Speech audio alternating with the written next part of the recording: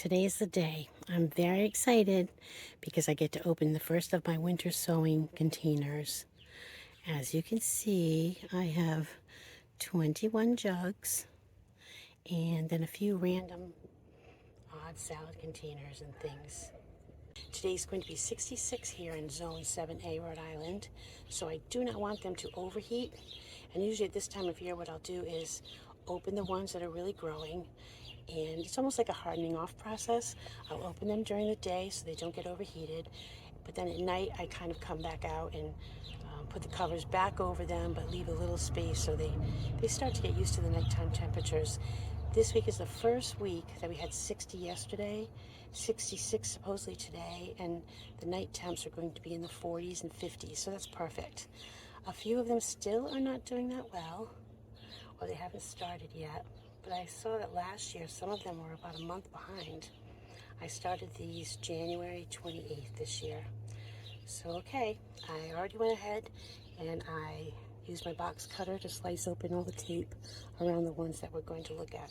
This first one, number one, I just went around and actually put marker on them again so I can keep track of them. But one of the things I do is I don't bother with the names anymore because they end up fading anyway, and I can't keep track that way, so it's a lot of work. I just number them 1 through 21, and that way, even if the marker fades, I can count them. I can say, okay, 1, 2, 3, 4, 5. That's number 5. What's in number 5? Okay, first I should show you my list, which I didn't intend for anyone to see this but myself. So it's fast and it's messy. But basically, I number the page 1 to 21 to match the containers. And then I just put next to it what I planted in it. And I usually try to plant at least 2 or more sometimes. Just in the past, I've noticed that if I plant one container with all one type of seed and it doesn't come up, it's kind of a wasted effort with all the taping and all the preparation. So let's see what we have. This one, these are Snapdragons, and they did really well. And I've never had good luck with Snapdragons in the past, although I have never tried to winter sow them. So that's exciting for me. The second ones, let's see. These on my list are Larkspur. And these are one of those cool annual flowers that I've been reading about and hearing about, especially Danielle at North Lawn Farms. I believe that's the name. I'll have to put that up on the screen. She did a whole series on cool flowers, and she says that she's learned them from other people too, but it was really interesting. You don't have to winter sow them. You can actually really sow them in your garden in the fall. For me, I prefer to winter sow because I like to transplant them into little cups and then plant them individually into the garden, only because we have such a problem with squirrels that in the past when I have done seeds, they just never come up. Okay, so over here, number 3, these are Hollyhocks. And I winter sowed Hollyhocks last year and did really well. I transplanted them. Let's see if I can show you over here. Over here last season, but I forgot that Hollyhocks are biennials. So the first year they only produce the leaves, which they did last year. And the second year, which is this year, they're going to produce flowers. So I'm really excited about that. But I decided to winter sow more Hollyhocks because then I can interplant them over here, and those will be next year's flowers, and they'll just produce leaves this year. And then hopefully they'll drop seeds, and we'll have Hollyhocks each year. So let's see over here, between the blueberry bushes. Okay, so some of them have nothing. This is like number 6. And there's a few little tiny things in there, but this week, especially with the warmth, I think the little greenhouses will do really well, and those will start to sprout more. Here's like 7. What are these in number 7? Let me check. Number 7 is Columbines. Okay, that's interesting. So the next one that's available to open is 10. Look at these. This says sweet peas. I do not think those are sweet peas. So somewhere along the line I messed up a little bit, but that's okay. When they start to grow a little more, I can ID them and figure that situation out. These little guys are random, and I think they had too much water in them. They're not really a good system, I don't think. I like the ones that give more airspace.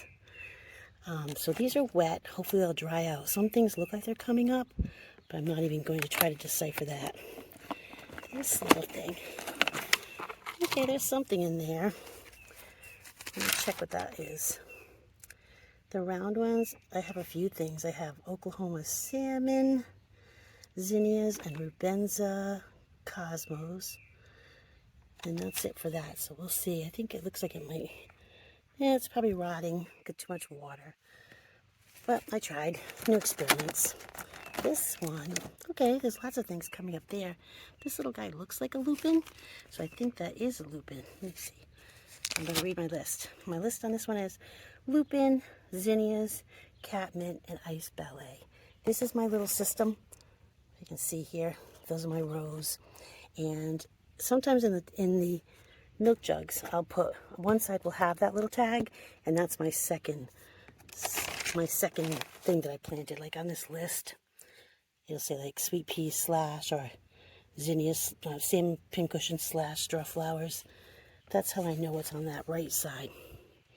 So these guys definitely need some air and sun. Over here, number 11, these look kind of like zinnias, cosmos. Number 11 is cosmos. Apricota, that's a new color I'm trying this year, and rubenza from Floret Flowers. And that was just a beautiful deep wine color that kind of was red sometimes, or deep pink and then a mauve. They're just beautiful. Let's see, 12 and 13. So 13, wow. Okay, what's in here? 13. I have salmon pincushion, and the next one is straw flowers. So I'm thinking this side is the straw flowers. Those are doing really well. It looks like one little salmon pincushion here, maybe a baby in the back. I've never grown those before, so that's exciting. So here is 15. And on my list, 15 is, this says white black-eyed Susans and Shasta daisies. Those do not look like that. These actually look like, I have never grown sweet peas before, but I do grow peas. So this definitely looks like sweet peas. So maybe I messed that up with the other one we just looked at. I think it's funny that my phone actually keeps shutting off and will give me the message that it's overheated. So I don't know if it's me and my hot hand, or just the fact that we're not used to this 66 plus day. It does feel pretty warm out here, but I love it. So okay, let's try to get this done before I get overheated. This is 19, and I did not have my list, so let me go get that, and I'll be right back. Okay, I'm back. I found it. So let's see, number 19 on my list is red yarrow and carnations. So as I said with my system, I use these little tags and I cut them from yogurt containers in little triangles. Anyway, so it's on the right side, so that means those are carnations. I don't see any yarrow coming up at all, but the red yarrow was something I actually saved for the first time last year from my own garden, and I wasn't sure if I saved it at the right stage, so that could be the issue. I do have summer berries yarrow to still plant. Let's see. Okay, leave that open. 20, nothing. But then 21 does have some little things happening. So hopefully this week that warmth will really bring them up. So 20 on my list is, well, 21 is 3 things. Sea thrift, mountain bluet, and ice ballet. But I see that looks like it might be the ice ballet, which is a milkweed. It's a swamp milkweed. It's white and it's scented vanilla. And I already have some in my garden, but I really like it, so I'd like to put it in another one. Okay, so far that's all that is ready. But I bet you this week a lot more will start happening, and I can open them maybe next week. So thank you for watching.